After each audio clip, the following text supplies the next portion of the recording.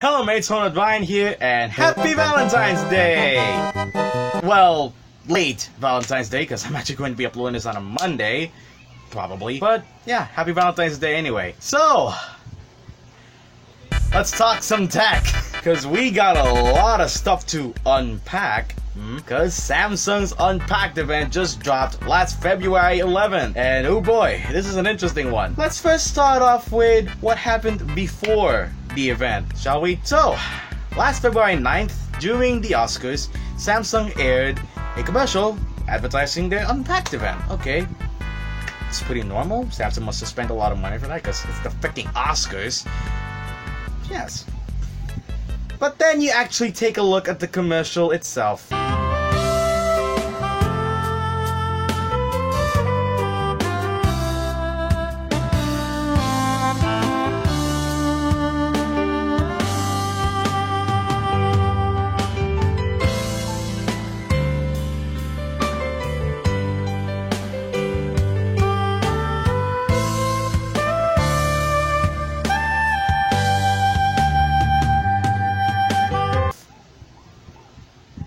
Samsung, what kind of drugs are you on? Yep, Samsung had just introduced this Galaxy Z Flip before actually introducing the Galaxy Z Flip. That is such a Chad move. Like, most other phone companies would try to keep their phones under wraps until, like, some crazy Foxconn worker decides to leak it themselves. But Samsung's like, you know what? Screw it, let's leak our phone ourselves.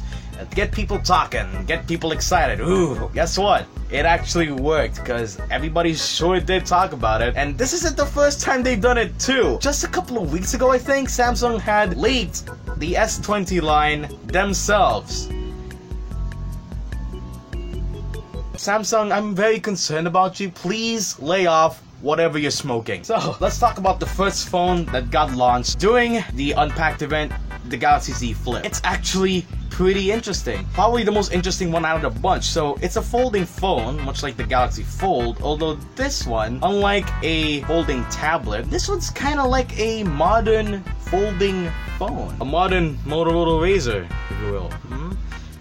No, the Motorola Razr is crap. So it weighs 133 grams and is powered by the Snapdragon 855 Plus, so it's pretty powerful. It's got 8 gigs of RAM and a whopping 256 gigs of storage. Because nothing spells overkill like Samsung adding way too much storage on the device. Which probably makes sense, because I'm pretty sure this thing doesn't have expandable storage whatsoever. I mean, it doesn't have a headphone jack either, so I see this as an improvement over the Galaxy Fold. Because not only is it somewhat smaller, but it also has a tougher display glass. Yeah, Samsung had claimed that they've broken the laws of physics when they showed off what they call the ultra-thin glass. I'm pretty sure it's some sort of polymer. It's not glass, but it's some sort of hard plastic, because glass can't bend. It folds, definitely. And I'm pretty sure it's going to be a little tougher than the Galaxy Fold, and maybe even the Motorola Razr too. Jerry Rig Everything will be the judge of that one for sure. On the front of the display, you get a dual rear camera and a teeny tiny display to let you see your notifications and the time and whatever. That one is kind of a really dumb idea, if you ask me, because look at all of the real estate on the front of the phone when it's folded. You could have just made the screen a little bit bigger, much like Motorola did, but nope, let's just make it really tiny. Now, what makes the Galaxy Z Flip a whole lot more interesting is what Samsung calls Flex Mode, which basically allows your phone to stand up like a laptop. It also has a custom UI that allows the app to perform while in Flex Mode. Say, for example, you're going to vlog. You can just fold your phone halfway like a laptop and just hit the record button at the bottom of the phone. And the display will be... So for this bit right here, I actually explained it very poorly because my brain is pretty much fried. So here's a better explanation from Samsung. You can control an app on the lower half while viewing it on the top.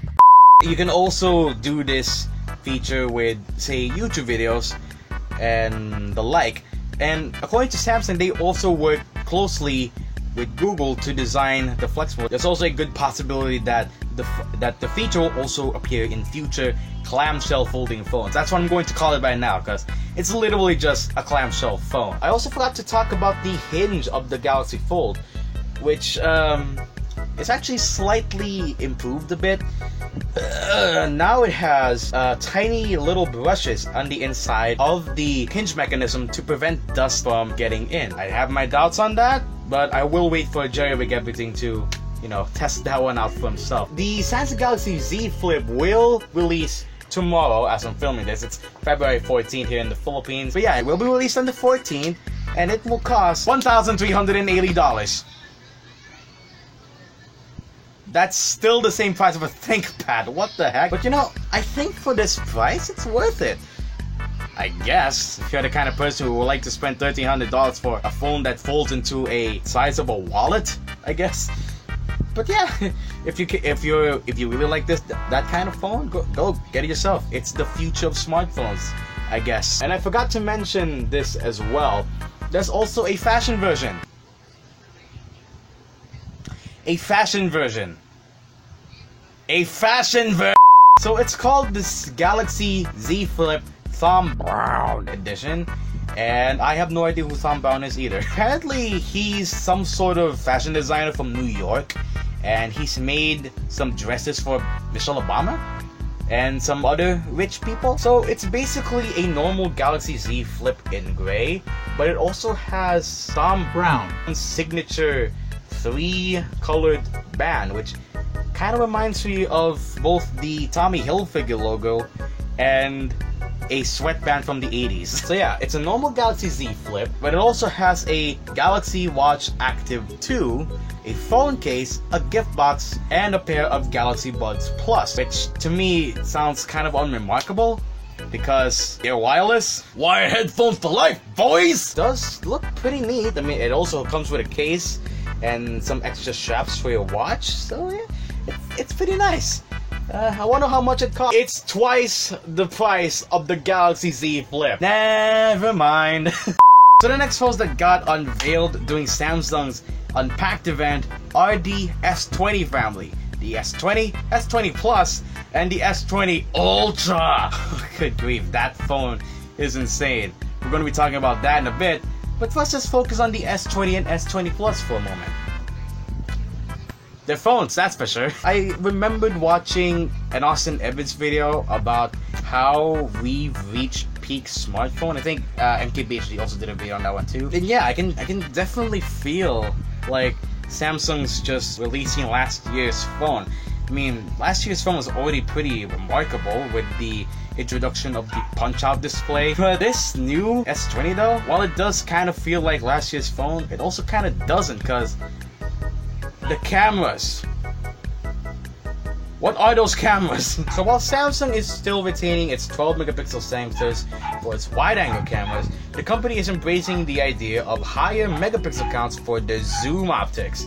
Both phones have 64 megapixel telephoto zoom lenses that have hybrid optical zoom capabilities of up to 3 times and super resolution zoom capabilities of up to 30 times via software. So that's pretty neat. And not only that, it also shoots 8K. Although on the S20 and S20 Plus, they're a little bit limited because 8K needs 33 megapixels to actually record. On the S20 and S20 Plus, neither of their main shooters have 33 megapixels. Instead, they need to use the 64 megapixel telephoto lens to actually record 8K, and as a result, when you try to record 8K, your video gets a little bit zoomed in quite a bit. But other than that, the specs of these two phones are absolutely overkill. So in North America, they're going to be getting the Snapdragon 865, while everywhere else in the world, including here in the Philippines, will be getting the Exynos 990. You also have 8 gigabytes of RAM that you can upgrade to 12, a 6.2-inch display on the S20, and a 6.7-inch display on the S20 Plus, both of which are capable of running up to 120 Hz. So when you swipe your phone, it feels buttery smooth.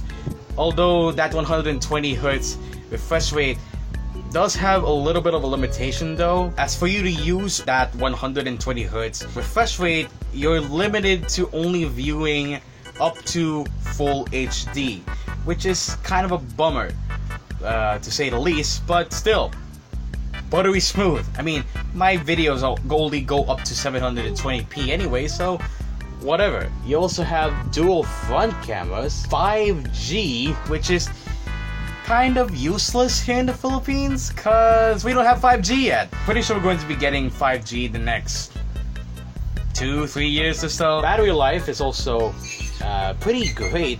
So 4,000 on the S20 and 4,500 on the S20 Plus. Unfortunately though, unlike last year's phones, the headphone jack has now disappeared. Big sad. But I'm pretty sure both the S20 and the S20 Plus are going to include some Galaxy Buds in it anyway, so whatever. They're also going to be pretty freaking expensive over here in the Philippines. The S20 is going to be priced at 49,990 pesos, while the S20 Plus is going to be at 55,990 pesos. Still get a ThinkPad for that price, but whatever. And now, let us talk about the absolute overkill of all overkills, the S20 Ultra. The Galaxy S20 Ultra is... You know, I'm just gonna let Austin Evans explain to you what the S20 Ultra is. The S20 Ultra is a thick boy in the truest sense of the word. Yep. I can't really handle 6.9 inches in my hand. So the S20 Ultra just has the most insane camera setup in any smartphone I've ever taken a look at. I mean, just look at it. It has 108 megapixels in its main camera shooter, plus a 48 megapixel telephoto lens, a 12 megapixel wide angle lens, and that little square thing at the bottom of the sensors that allows you to zoom in up to 100 times. Other than that, you also get the same Exynos 990 processor as the rest of the phones. You also have 12 gigabytes of RAM, 5,000 milliamp hours of battery, 5G. I can't even touch the phone because I'm way too broke. The phone starts at 69,990 pesos. Nice. Wait, no, not nice. That's way too expensive. Too bad I'm way too small of a channel to actually take a look at these phones, but dang, do I want to see one in real life. In the Philippines, you can actually pre-order one right now. And much like before, you can get like super cool new freebies like Galaxy Buds, I guess, maybe a free TV, I don't know. But yeah, that's the madness that was Samsung's Unpacked. Those are the phones that got released, and now I am done with this tech talk. Good grief. That's it for this week's tech talk. If you guys want to see more videos like this, hit that subscribe button. If you enjoyed this video, leave a like if you want to. I don't really mind if you don't. And that's about it. This has been Ronald Ryan, signing out. Finally, I'm done. It spent a good hour or so trying to get this video to. I feel tired. I need a nap.